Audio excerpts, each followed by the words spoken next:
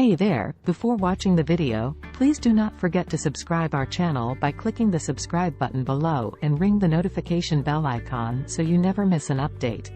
Gathering food from your own garden and cooking family meals with vegetables you know are healthy are both incredibly satisfying activities.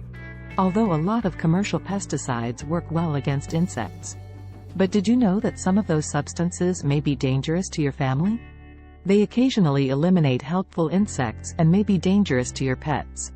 Fortunately, you can use a variety of homemade insecticides and bug repellents. To use DIY insecticides effectively, you should be aware of a few quick tips before diving into the best types to try.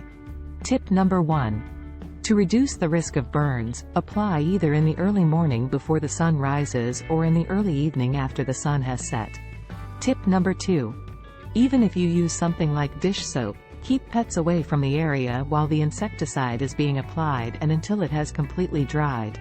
Tip number 3. Before spraying, take out as many of the diseased leaves as you can. Treat each leaf separately if they appear to be healthy. Tip number 4. It is best to test spray a few leaves with your homemade solution, wait 48 hours, and look for damage before applying to the entire plant.